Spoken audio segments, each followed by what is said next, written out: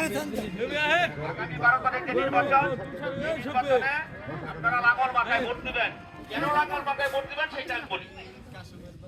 হুসেন মোহাম্মদ এরশাদ 9 বছর এই দেশের রাষ্ট্র ক্ষমতায় ছিল। যদি যখন ক্ষমতায় ছিলেন তখন জিনিসপত্রের দাম এত ছিল না। মানুষ ইনকাম করতো 300 টাকা, ইনকাম কইরা 100 টাকা কি করতো জমাইতে পারতো। আর এখন আমরা 500 টাকা ইনকাম করলে আরো 300-500 টাকা আরো ঋণ হয়। টাকার কোনো দাম নাই এখন জিনিসপত্রের দাম। তার সময় জিনিসপত্রের দাম ছিল না, কারণ সে যোগ্য এবং সৎ ছিল। সে দুর্নীতি করে নাই, লুটপাট করে নাই। দেশে জাতীয় পার্টির সময় মানুষ জনতা খুলে ঘুমাইতো, ওই যে ময়মুরি বইরা আছে তারা বলতে পারবে।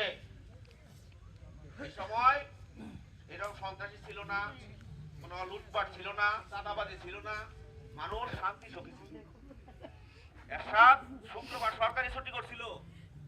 কেন করছে? এই দেশের সব মানুষ মুসলমান, বেশিরভাগ মুসলমান, 95% মুসলমান। রবিবার সরকারি ছুটি আছিল। এরশাদ কি কইছে? না, রবিবার না, শুক্রবার আমরা সরকারি ছুটি দেব। সকল ধর্মপ্রাণ মুসলমান যাতে পবিত্র দিন, সবচেয়ে পবিত্র দিন বারের মধ্যে শুক্রবার, সেই দিন ছুটি ঘোষণা করছে। এই দেশের রাষ্ট্র ধর্ম ইসলাম করছে হোসেন মোহাম্মদ এরশাদ। উপজেলা কইরা এই দেশে হাসপাতাল করছে, স্কুল করছে, কলেজ করছে, মাদ্রাসা করছে। এই যে পাকা রাস্তাগুলো আছে না, এগুলো সব মাটির রাস্তা করছে এরশাদের সময়। নুরুল হক মেম্বার ছিল মেম্বার, তিনি এই রাস্তাগুলো মাটির রাস্তা করছিল, পরে এগুলা পাকা করছে।